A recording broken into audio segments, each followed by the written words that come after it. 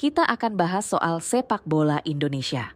Tapi bagaimana jika saya katakan bahwa era kepelatihan yang mengubah wajah timnas baru saja berakhir? Hari ini kita akan membahas mengapa pemecatan Shin Tae-yong bisa jadi titik balik besar untuk masa depan sepak bola tanah air. Wah, itu benar-benar mengejutkan. Bisa dijelaskan lebih lanjut apa yang sebenarnya terjadi? Jadi begini, PSSI baru saja mengumumkan berakhirnya kerjasama dengan Shin Tae-yong sebagai pelatih timnas Indonesia. Pengumuman ini disampaikan langsung oleh Erick Thohir, Ketua Umum PSSI, dalam konferensi pers di Jakarta. Yang mengejutkan, ini terjadi setelah Shin membawa tim ke posisi keempat di Piala Asia U23 2024 dan memastikan lolos ke Piala Asia 2077. Itu prestasi yang cukup mengesankan. Lalu apa alasan dibalik keputusan ini?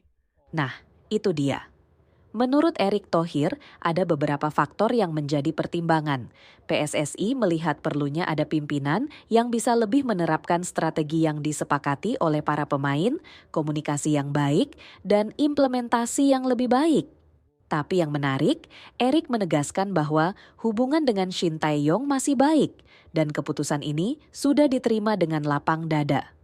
Oh, jadi ada masalah komunikasi dan implementasi strategi ya. Tapi, bagaimana reaksi masyarakat terhadap berita ini? Well, reaksinya luar biasa. Banyak netizen yang langsung membanjiri unggahan Instagram terakhir Shin Tae-yong dengan ucapan terima kasih dan dukungan. Bahkan ada yang mengaku patah hati. Coba dengarkan komentar ini. Coach, aku nangisin kamu. Kamu harus tahu itu. Saya sangat patah hati.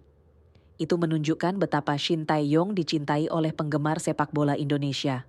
Wah, itu reaksi yang sangat emosional. Tapi, selama masa kepemimpinannya, apakah ada kontroversi atau masalah yang muncul? Oh, tentu saja ada beberapa hal yang menarik untuk dibahas. Salah satunya adalah masalah bahasa.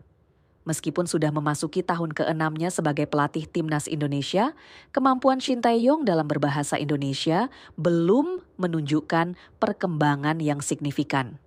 Ini tentu saja menimbulkan pertanyaan tentang efektivitas komunikasinya dengan para pemain.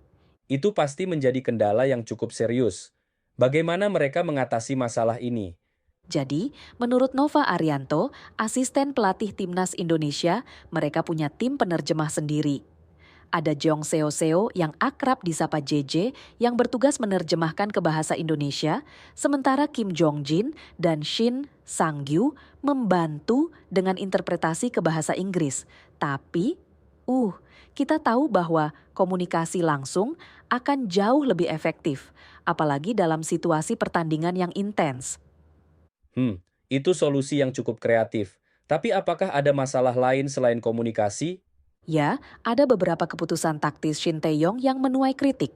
Contohnya, saat pertandingan melawan Cina dalam kualifikasi Piala Dunia 2026. Shin melakukan banyak perubahan pada susunan pemain dibandingkan pertandingan sebelumnya.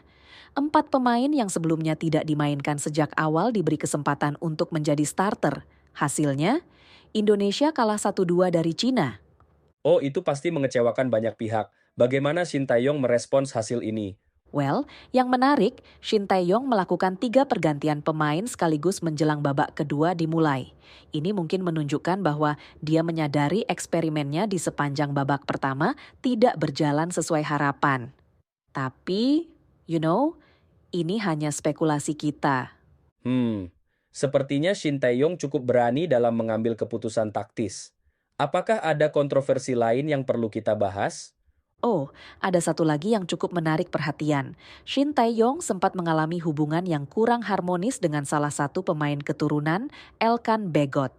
Diduga situasi ini timbul karena Elkan tidak memenuhi panggilan timnas Indonesia U23 untuk babak playoff Olimpiade Paris 2024. Wah, itu pasti situasi yang sulit. Bagaimana Shin Tae-yong menanggapi hal ini? Jadi, Shin Tae-yong menanggapi hal ini dengan menegaskan pentingnya sikap dalam membela timnas Indonesia. Dia menyatakan bahwa seorang pemain tidak boleh mengecewakan masyarakat Indonesia saat mengenakan lambang Garuda di dada mereka. Itu pernyataan yang cukup tegas dan menunjukkan bahwa Shin sangat mementingkan dedikasi dan komitmen para pemain terhadap tim nasional. Itu sikap yang bisa dimengerti dari seorang pelatih. Lalu, apa langkah selanjutnya untuk timnas Indonesia? Nah, itu dia pertanyaan yang pasti ada di benak semua penggemar sepak bola Indonesia saat ini. PSSI belum memberikan pengumuman resmi mengenai siapa yang akan menggantikan posisi Shin Tae-yong.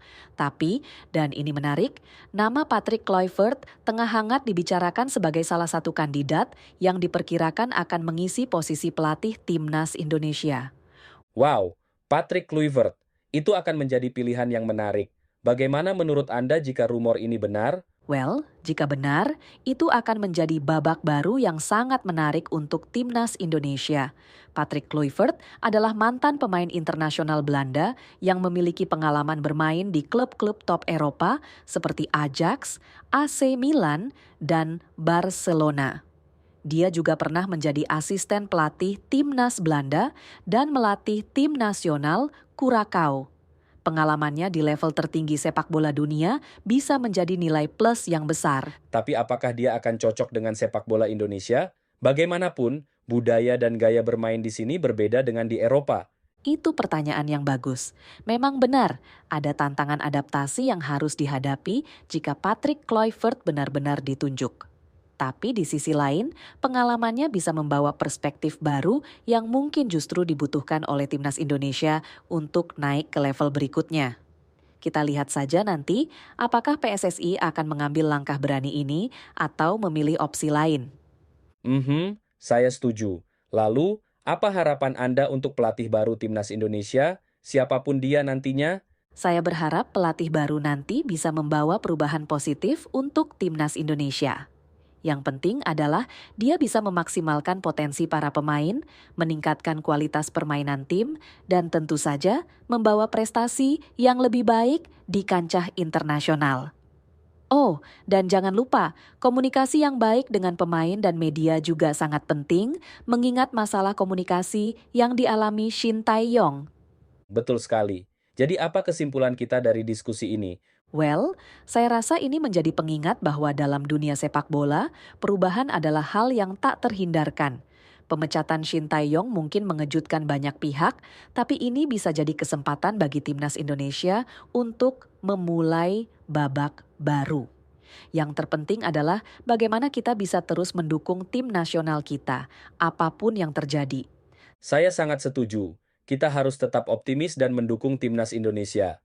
Tepat sekali. Dan untuk para pendengar setia podcast TV One AI, jangan lupa untuk terus mendukung timnas Indonesia. Sampai jumpa di episode berikutnya, di mana kita akan membahas perkembangan terbaru dari situasi ini.